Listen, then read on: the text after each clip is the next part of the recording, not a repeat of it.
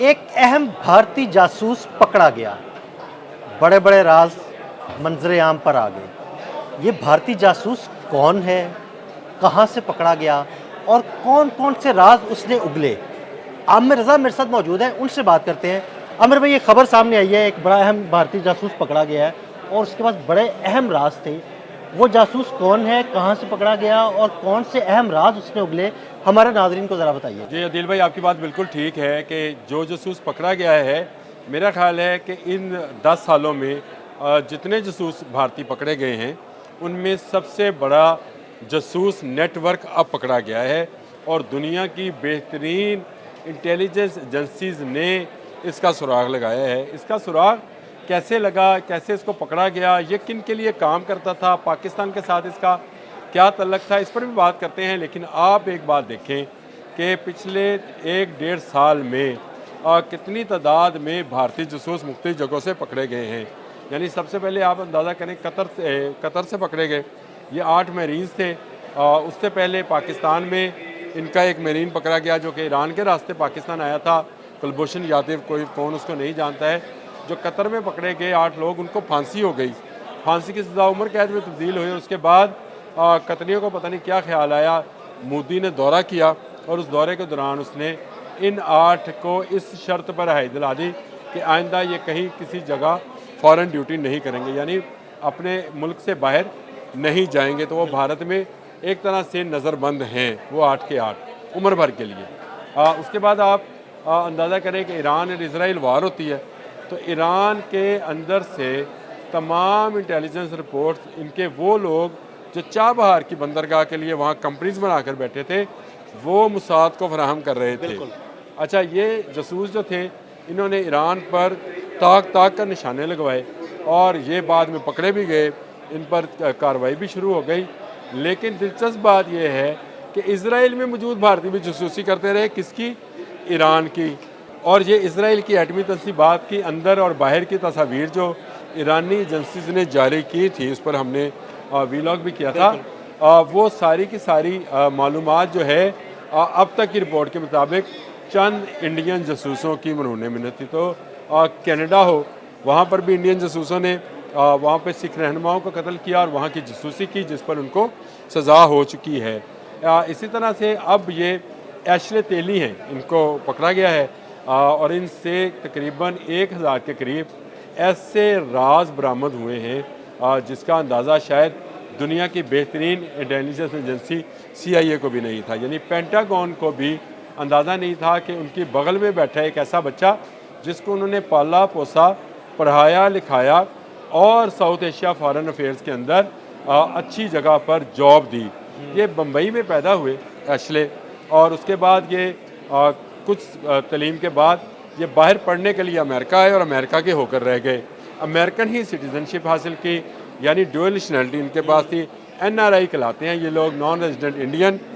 लेकिन ये काम वहाँ पर जासूसी का करता रहे। अहम पोस्ट पर ये रहे क्योंकि इनकी सीट ही ऐसी थी, मैंने आपको बताया, साउथ एशियन फॉरेन अफेयर्स के हवाले से वहाँ बैठकर ये कागजात चोरी करते रहे। जो अहम कागज़ इनके सामने आया उसको इन्होंने चोरी किया और उसको महफूज करते चले गए। ना सिर्फ महफूज किया बल्कि अब तक ये तो 1000 वो पेपर्स हैं जो बरामद हुए हैं, जो ये खुद बरामद कर चुके हैं दूसरे ममालिक को। नहीं, जिस ममालिक को आप पूछना चाह रहे हैं मैं वो भी बताता हूँ आपको कि किस मुल्क को ये भेज चुके हैं।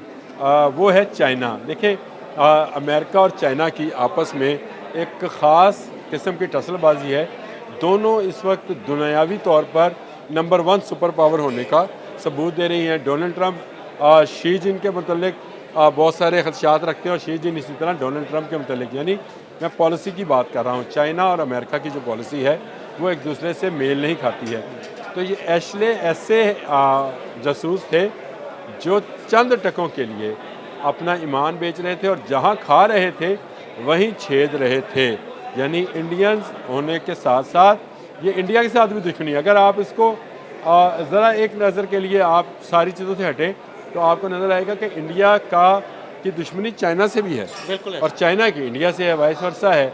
तो ये वो राज जितने भी थे कि क्या क्या डील्स हुई, कैसे कैसे दी गई, जो जो चीन को मतलूबा मालूमात थी ये फराहम कर रहे थे, और अब तो इसकी तस्दीक जो है वहाँ की सिक्योरिटी एजेंसीज ने कर भी दी है एशले की गिरफ़्तारी की, और वहाँ से 1000 के करीब उन्होंने कहा कि अहम राज़ों पर मुश्तमल जो हैं डॉक्यूमेंट्स पकड़े गए हैं।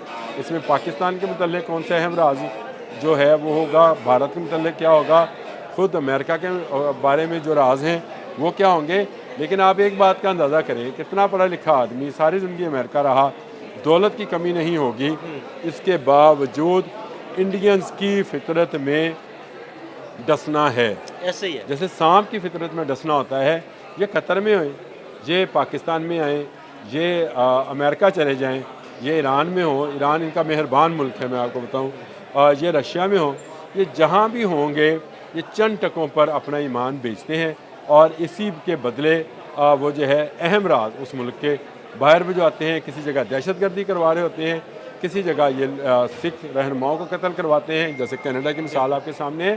तो ये एक मैं ये समझता हूँ कि इंडियंस की सरिश्ते में ये चीज़ शामिल होती चली जा रही है। सारे इंडियंस की बात नहीं मैं करता, लेकिन इंडिया का जो ओवरऑल इमेज है कि इनके छोटे लेवल के काम करने वाले, जिस तरह से खाकरोब हैं, कोई इस तरह के छोटे मोटे काम जो करने वाले लोग हैं, छोटा काम कोई नहीं होता, लेकिन चलें वो भी जासूसी करते हैं।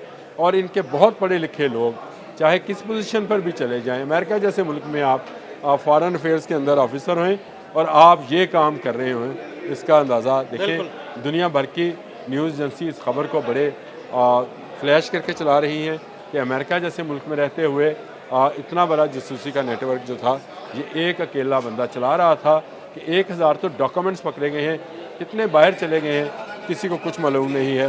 ये कब तक ये सारे राज खुलेंगे, कब तक अगर अमेरिका चाहेगा कि इसको आश्कार किया जाए या बताया जाए कि कौन कौन से राज चले गए, मेरा ख्याल नहीं बताएंगे, क्योंकि मद्दे मुकाबल जो मुल्क है जिसके लिए ये अशले काम करते थे उसमें चीन का नाम लिया जा रहा है।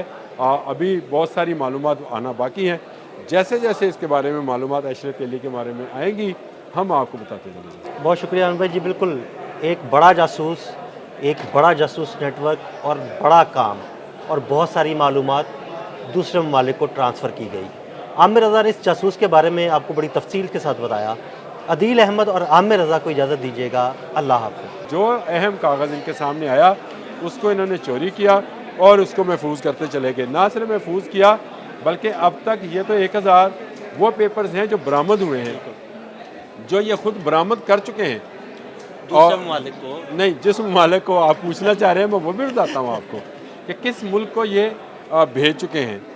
वो है चाइना। देखिए अमेरिका और चाइना की आपस में एक ख़ास किस्म की टसलबाजी है। दोनों इस वक्त दुनियावी तौर पर नंबर 1 सुपर पावर होने का सबूत दे रही हैं। डोनाल्ड ट्रंप शी जिन के मतलब बहुत सारे खदशात रखते हैं और शी जिन इसी तरह डोनाल्ड ट्रंप के मतलब, यानी मैं पॉलिसी की बात कर रहा हूँ। चाइना और अमेरिका की जो पॉलिसी है वो एक दूसरे से मेल नहीं खाती है।